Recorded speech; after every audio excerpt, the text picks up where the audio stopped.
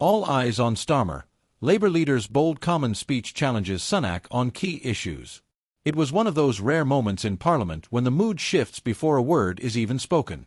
As Labour leader Sir Keir Starmer entered the House of Commons for this week's Prime Minister's questions, anticipation filled the chamber. What followed was a carefully delivered critique of Prime Minister Rishi Sunak's leadership, one that drew attention across the political spectrum. In today's breakdown, we'll walk you through the moment, the message, and the reactions. Wednesday's PMQ session was already expected to be eventful, coming after a week of economic updates and growing public discussion about the cost of living. As Starmer took his seat, many MPs both on the government and opposition benches were watching closely. The Labour leader stood with a clear focus. His tone was measured, his message tightly prepared. It wasn't about personal attacks. It was about policy performance, or as Starmer argued, the lack thereof. Starmer opened with a question that cut to the heart of everyday issues. After 14 years of Conservative government, does the Prime Minister truly believe the British people are better off? He followed that with a sharp series of statistics highlighting NHS waiting lists, energy bills, and stagnant wages. Starmer's message was framed not as an attack, but as a challenge to leadership. Was the government still connected to the realities facing working families? People are waiting in pain, watching their incomes shrink while the cost of everything rises, Starmer said. The government talks about recovery. But what are people actually experiencing? Prime Minister Sunak stood firm in his reply, defending the government's economic and social record.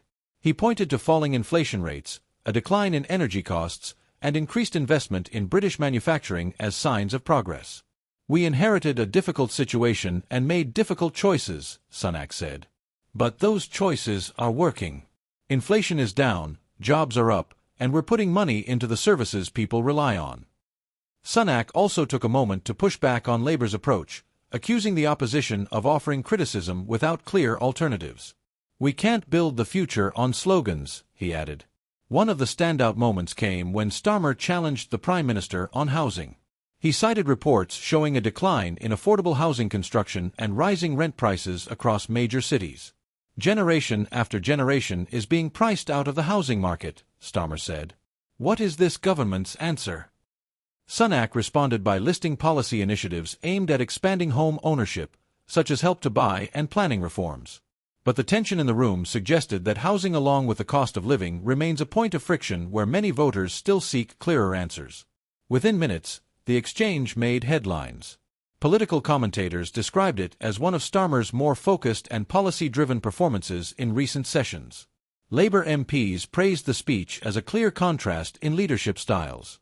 Many noted that Starmer's emphasis on lived experience resonated with the public mood. Conservative MPs defended the Prime Minister's position, arguing that the government is making tangible progress under difficult circumstances.